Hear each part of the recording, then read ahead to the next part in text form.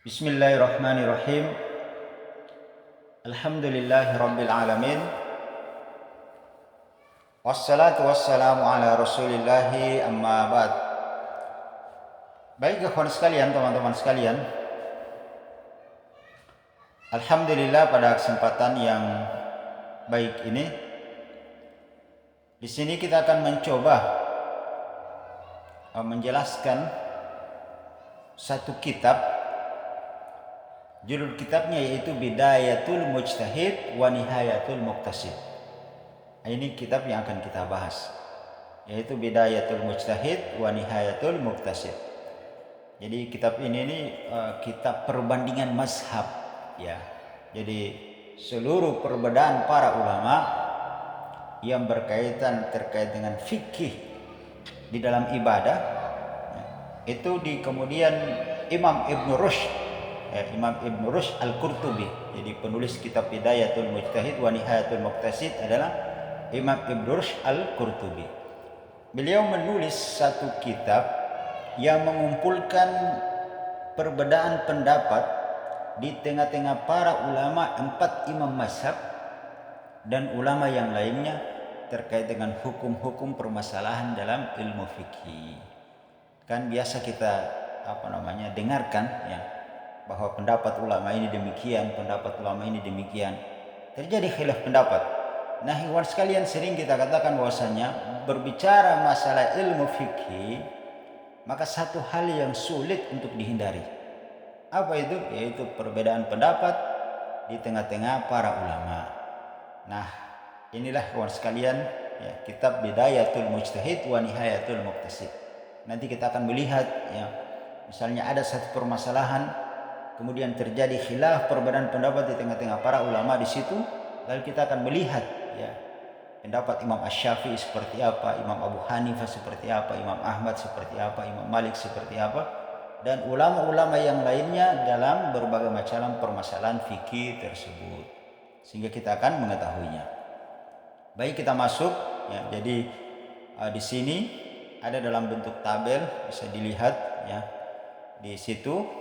Di tabel yang pertama di situ beliau mengatakan al-mas'alatul ula, ya, jadi al-mas'alatu, kemudian dalam kurung itu ada bilangan 1, berarti kita baca sebagai al-mas'alatul ula, permasalahan yang pertama.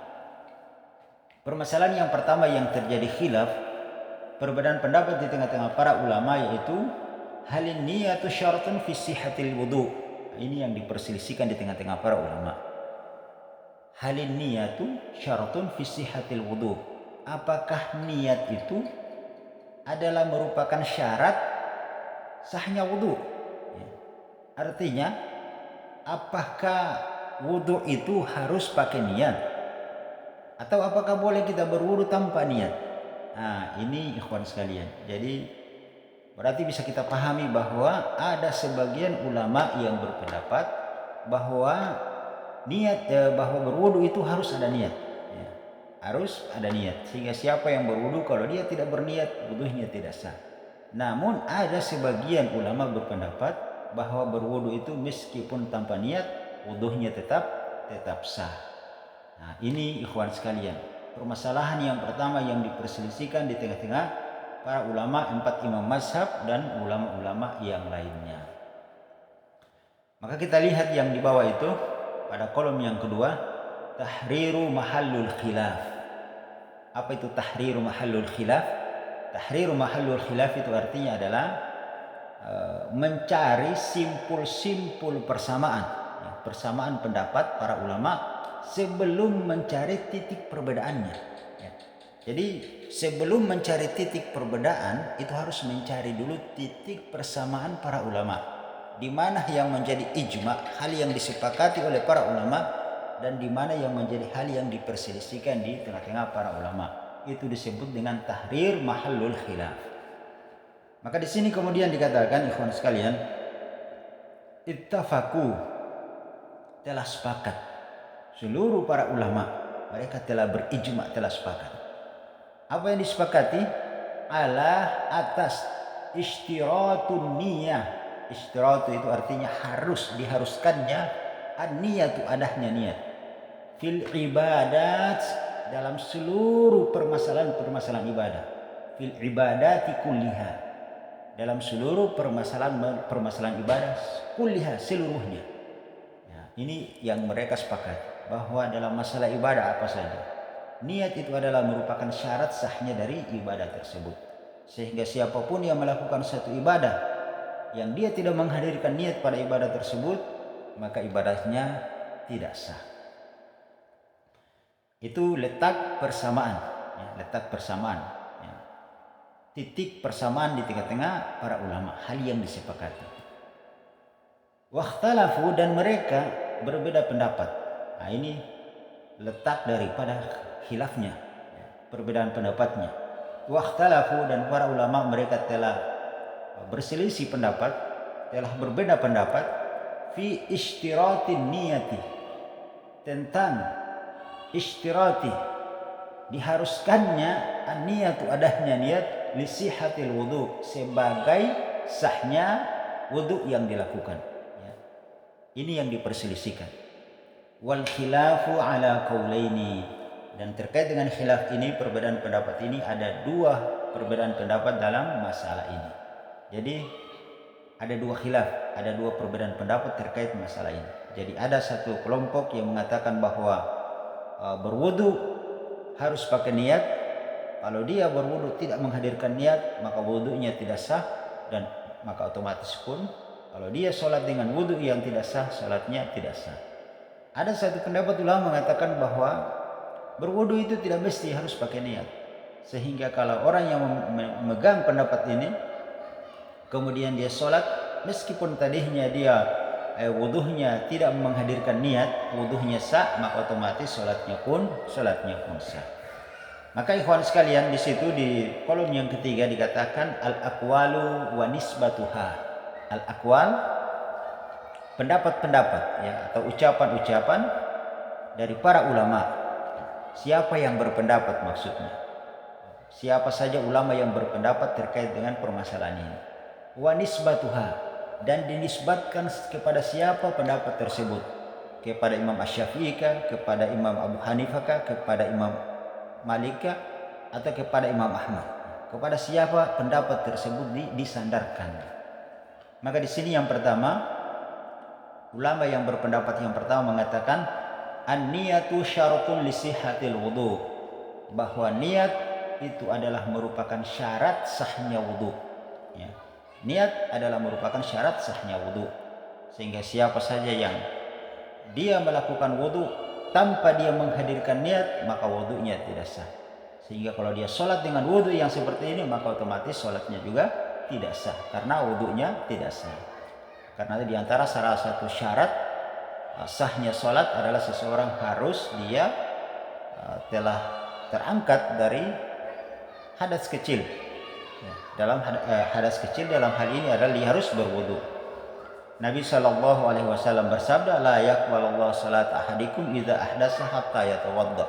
Allah tidak akan menerima salat salah seorang di antara kalian idza ahdasa, apabila dia berhadas kecil, hatta yatawadda, sampai dia mengangkatnya dengan berwudu.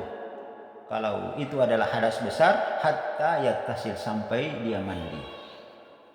Maka pendapat ini ikhwan sekalian, ya, ini pendapat ini yang dipegang oleh Imam Malik, kemudian Imam Asy-Syafi'i, Imam Ahmad, kemudian Abu Thawr.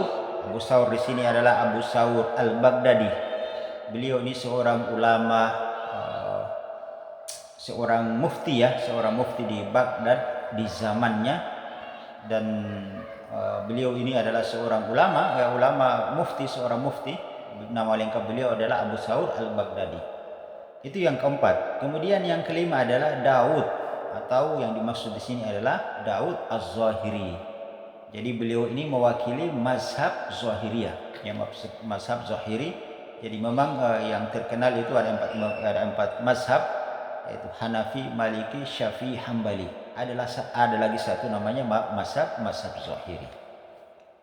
Dan Daud Az-Zahiri ini mewakili mazhab Zahiri. Nah, ikhwan sekalian, di sini ada 5 ulama yang berpendapat bahwa an-niyatu syaratun li sihhatil wudu. Niat itu adalah merupakan syarat sahnya wudu. Kemudian pendapat yang kedua yang mereka mengatakan bahwa niat itu laisat bisyaratin li sihhatil wudu, bahwa niat itu bukanlah merupakan syarat dari sahnya wudu. Ya.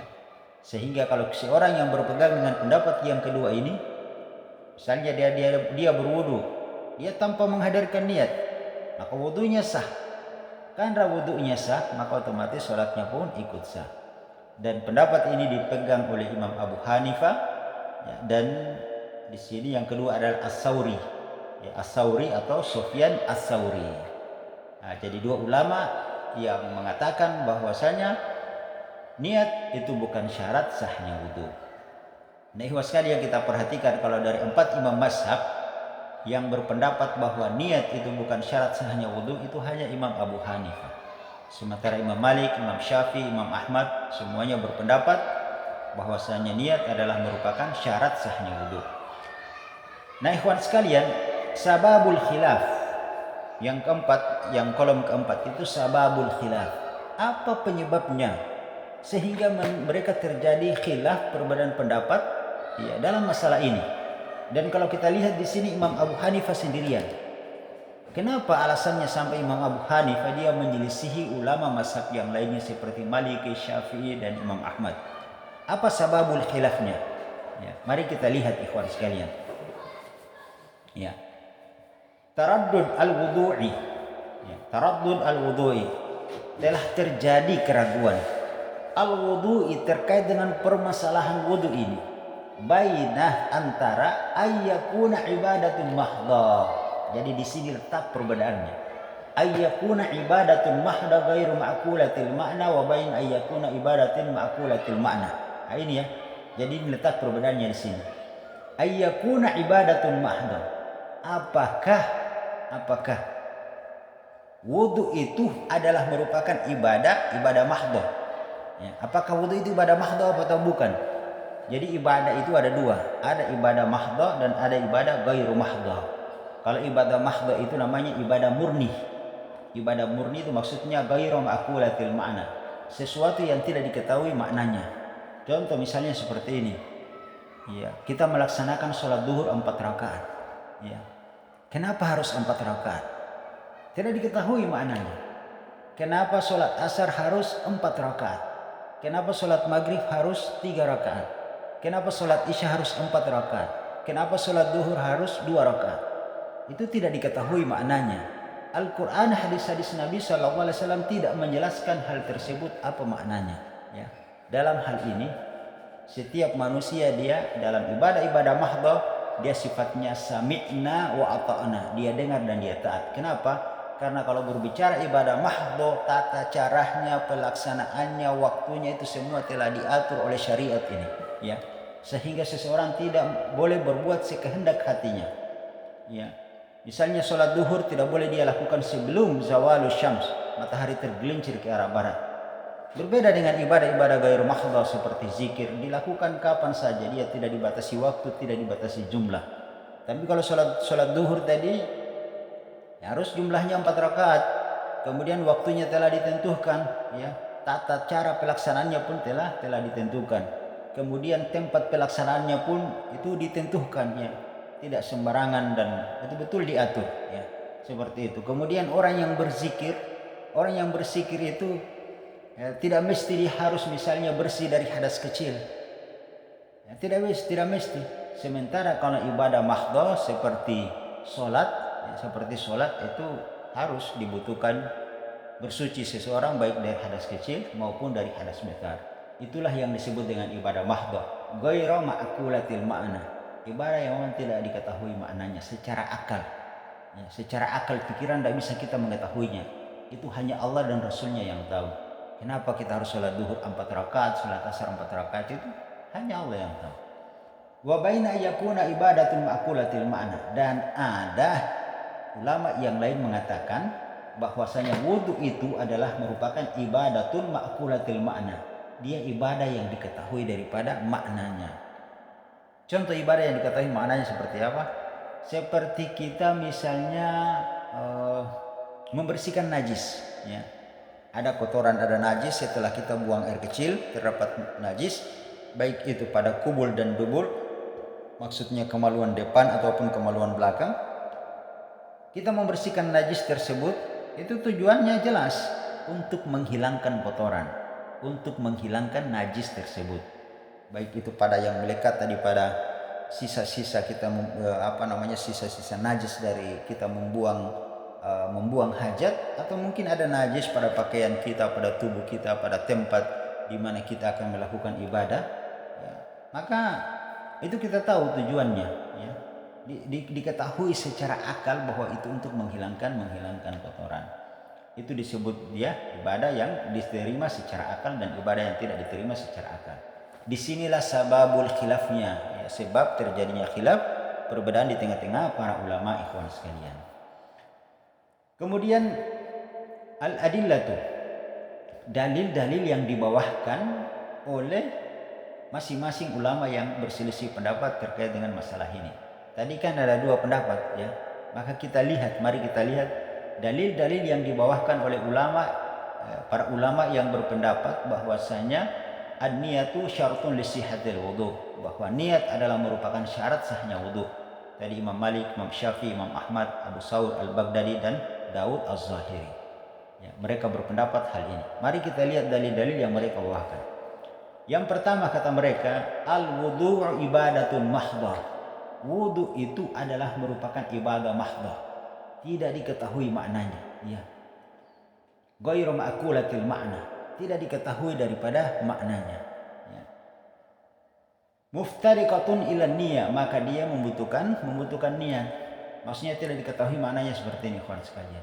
Kenapa di dalam wudu kita diperintahkan hanya membasuh muka, ya? Kenapa hanya diperintahkan membasuh tangan sampai siku? Kenapa hanya mengusap sebagian kepala? Kenapa hanya membasuh kaki sampai mata kaki? Ya, berdasarkan Quran surat Al-Maidah ayat 6 itu, ya. Ya ayyuhalladzina amanu, hai orang-orang yang beriman, idza kuntum ilas salati, apabila kalian berdiri hendak melaksanakan salat, fa'agsilu wujuhakum, maka basuhlah wajah kalian, wa aydiyakum ilal marafiq, basuhlah tangan kalian sampai siku, wamsahu biruusikum, kemudian usaplah kepala kalian, wa arjulakum ilal ka'bain, kemudian basuhlah kaki kalian sampai mata kaki. Kan 4 hal itu disebutkan. Kenapa cuma hanya 4 hal ini? Ya. Kenapa tidak disuruh membasuh perut misalnya, ya, atau membasuh kaki semuanya, atau misalnya kenapa kita tidak disuruh membasuh tempat keluarnya najis, baik itu najis tempat keluarnya hadas atau tempat keluarnya najis pada kubul dan dubul kita, pada kemaluan depan maupun kemaluan belakang. Kenapa kita tidak diperintahkan yang membasuh itu? Kenapa hanya anggota tubuh yang 4 tadi? Ya, itu namanya ibadah yang ghairu ma'qulatil ma'na. Kita tidak tahu itu. Itu syariat Allah seperti itu. Diperintahkan dalam Quran surat Al-Maidah ayat 6 memang seperti itu perintahnya. Ya, maka dalam hal ini kita sami'na wa ata'na. Kita tidak perlu tahu kenapa harus itu yang dibasuh, kenapa bukan yang lainnya misalnya. Atau misalnya ada seseorang yang dia berwudu, ya, dia membasuh misalnya wajahnya, setelah itu tangannya, dia tidak mengusap kepala tapi dia basuh perutnya, baru setelah itu dia basuh kakinya, tidak sah wudunya. Ya, karena apa? Dia menyelisihi ayat tadi itu, ya, seperti itu. Karena yang ditentukan itu dalam Al-Quran memang 4 anggota tubuh tadi yang dibasuh, ya. Jadi ghairu ma'qulatil ma'na, kita tidak tahu makna daripada pensyariatan hal tersebut. Yang hal ini kita sami'na wa ata'na, kita dengar dan kita taat. Muftariqatun ilan niyat, dia membutuhkan niat, kas sholati, seperti kita melaksanakan sholat tadi, ya. Sholat, contohnya lagi sholat ini, antum berdiri di dalam sholat dengan berdiri di luar sholat itu berbeda, ya. Antum berdiri di dalam sholat dan di luar sholat itu beda. Kalau antum berdiri di dalam sholat karena disertai dengan niat, maka antum dapat pahala.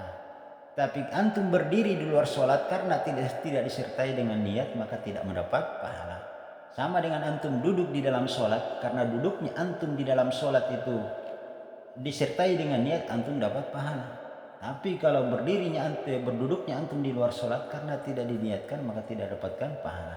Itulah yang membedakan bahwa sholat itu adalah ibadah mahdhah yang tidak diketahui secara akal, tapi harus diniatkan akan dia agar dia mendapatkan pahala.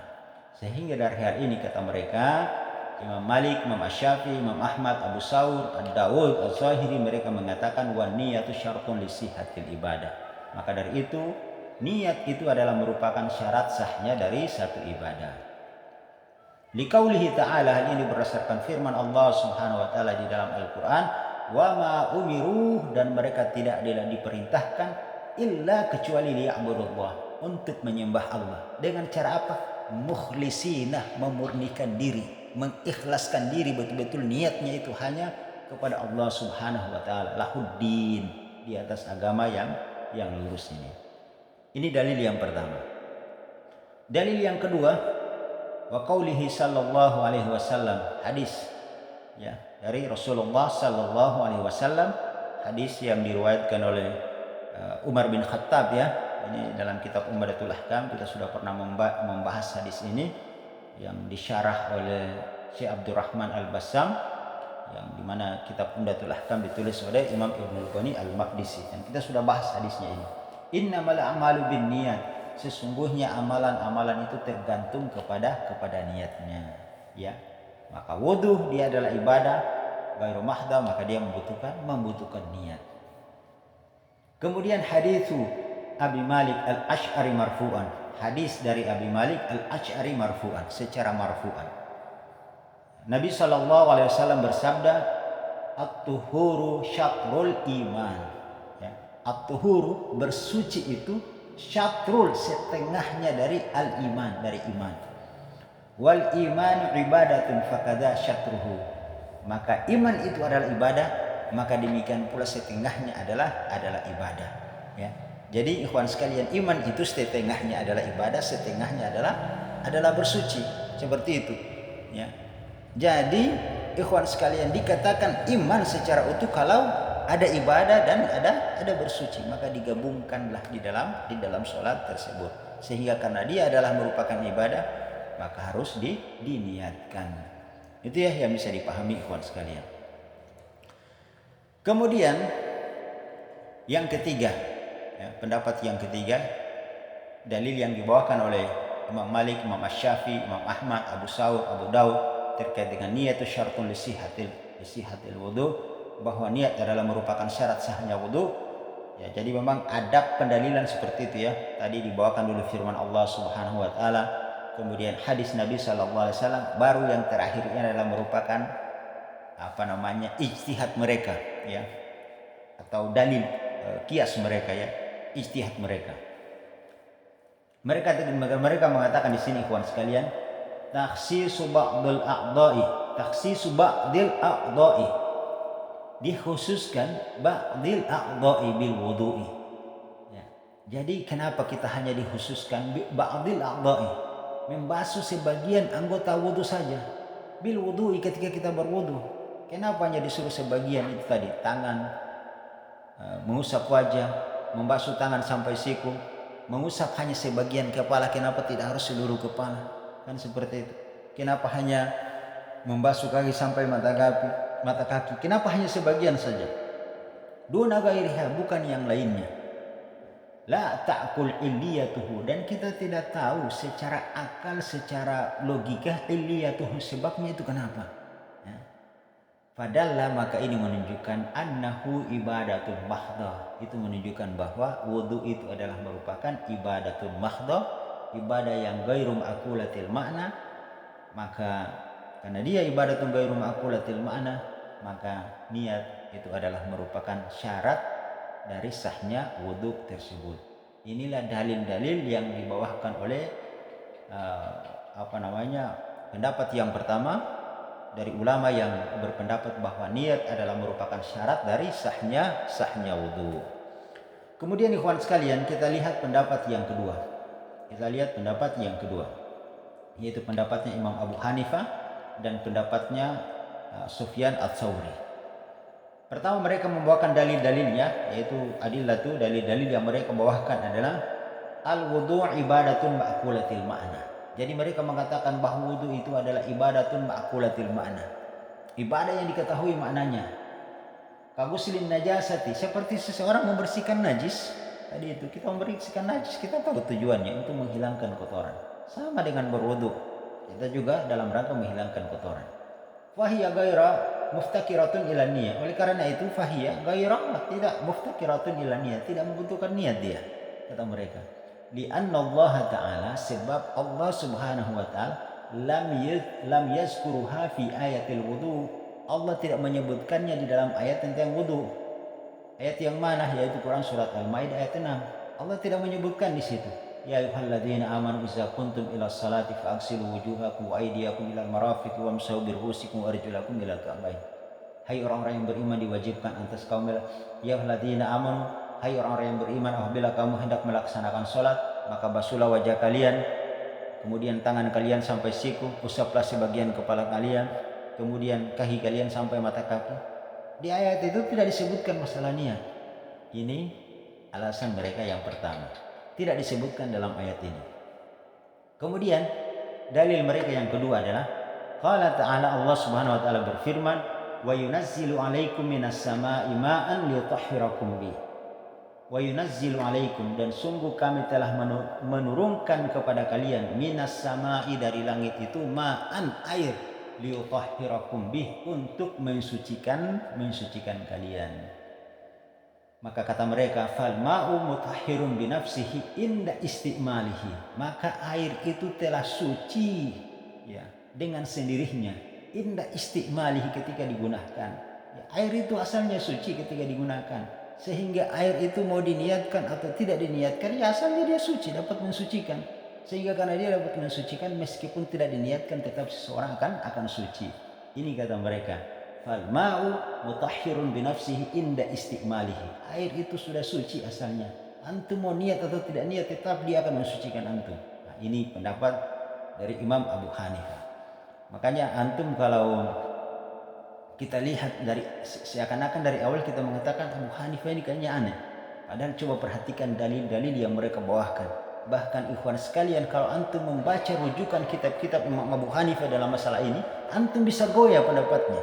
Yang selama ini antum mengatakan bahwa niat itu, bahwa berwudu harus menggunakan niat, ketika antum membaca dalil-dalil ya yang dibawakan oleh Imam Abu Hanifah dan misalnya Sufyan Ats-Tsauri, antum bisa goyang antum di sini. Maka disinilah ikhwan sekalian, para ulama mengatakan sebagai penuntut ilmu kita perlunya kita bermazhab, ya, berpegang kepada salah satu mazhab, khususnya bagi orang-orang awam.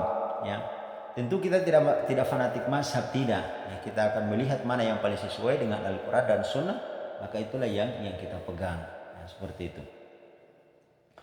Kemudian ikhwan sekalian, dalil yang ketiga yang mereka bawakan ini, hadisul musii fis sholati. Hadisul musii fis sholati, yaitu hadis tentang seseorang yang musii fis sholati, yang rusak sholatnya. Ini kita sudah jelaskan hadisnya dalam kitab Al-Fiqh Al-Muyassar fi Dhawil Kitabi was Sunnah. Ikhwan sekalian, jadi ada seorang sahabat, dia masuk ke dalam masjid ingin melaksanakan sholat. Tiba-tiba dia melihat Nabi SAW. Karena dia ingin cepat-cepat melaksanakan sholat agar supaya dapat bersalaman dengan Nabi SAW, maka sahabat ini dia sholat dengan cepat agar supaya dia dapat menemui Nabi dan bersalaman dengan Nabi SAW. Begitu dia selesai sholat, dia datang berjumpa dengan Nabi SAW. Maka Nabi mengatakan, irji fasalli fa innaka lam tusalli. Ulangi sholatmu, sesungguhnya engkau tadi belum melaksanakan sholat. Maka sahabat ini kembali mengulang sholatnya. Begitu dia selesai melaksanakan sholat, dia kembali datang berjumpa dengan Nabi SAW. Maka Nabi mengatakan kepadanya lagi, irji fasalli fa innaka lam tusalli. Kembali sholat, sesungguhnya engkau belum melaksanakan sholat. Dia kembali melakukan sampai 3 kali Nabi menyuruh sahabat ini. Maka sahabat ini berkata, ya Rasulullah, saya sudah tidak bisa melakukan yang terbaik melebihi daripada ini. Fa'allimni, tolong ajarkan saya bagaimana sesungguhnya tata cara sholat yang baik itu. Maka Nabi SAW di antara ucapan beliau di hadis tersebut, tawadda kama amarakallah, berwudulah kamu sebagaimana yang Allah perintahkan kepadamu untuk berwudu. Ya. Dan perhatikan simbol dal dan ta di situ, itu menunjukkan hadis ini diriwayatkan oleh Imam Abu Daud dan Tirmizi. Waqala, dan berkata Imam At-Tirmizi, hadis ini hasan. Maka kata Imam Abu Hanifah dan Sufyan Ats-Tsauri di sini, walam yadhkurun niyah, dan Nabi tidak menyebutkan di situ sama sekali niat. Ya. Tidak menyebutkan niat bahwa harus kamu perbaiki niatmu, tidak disebutkan.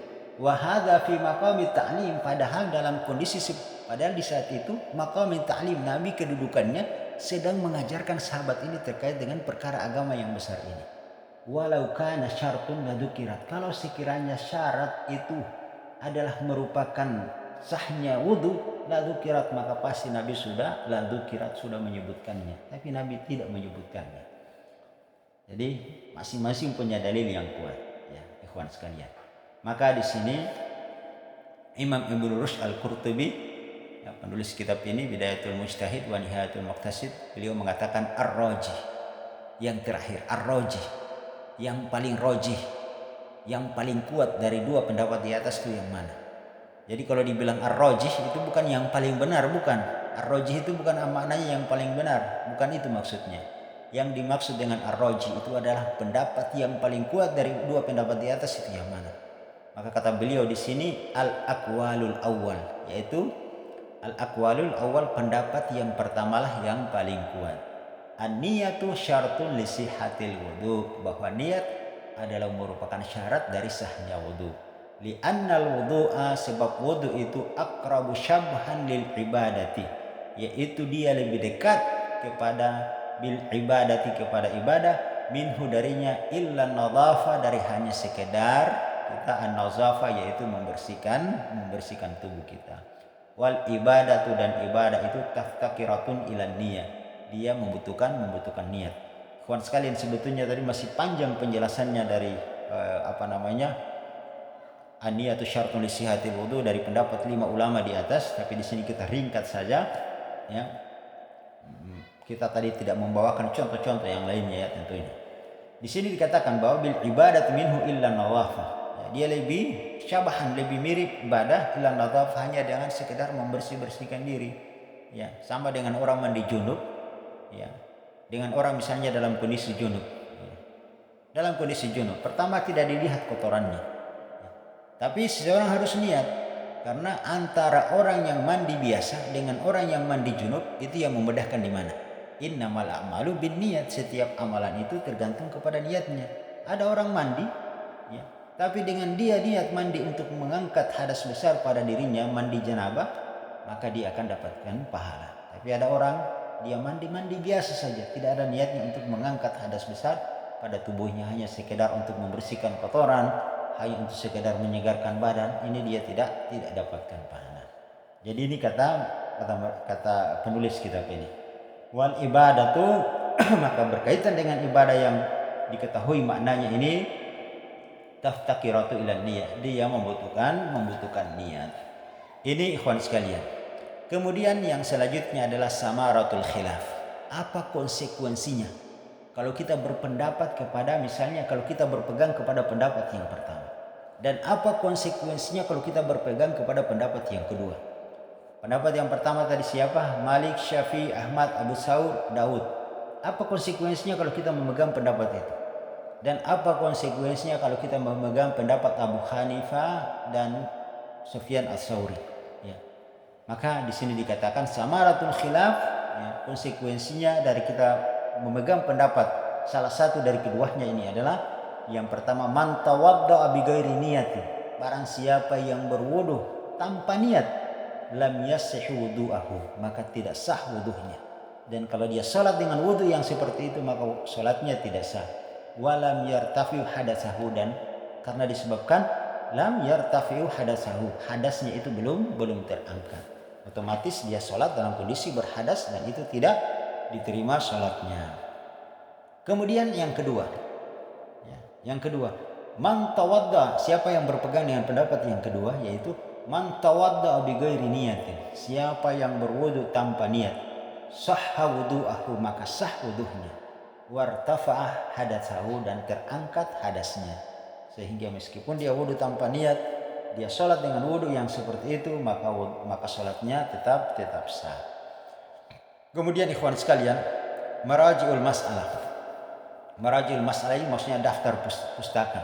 Rujukannya itu di mana? Jadi kalau antum mau melihat seluruh pendapat ulama-ulama di atas, yaitu Maliki, Syafi'i, Ahmad, Abu Saur, Al-Baghdadi, Dawud, Az-Zahiri, Abu Hanifah, kemudian Imam As-Sauri, antum mau melihat rujukannya itu di mana? Dilihat di kitab-kitab mereka di sini. Marajiul Mas'alah. Daftar pusaka atau kitab-kitab rujukan yang mereka gunakan.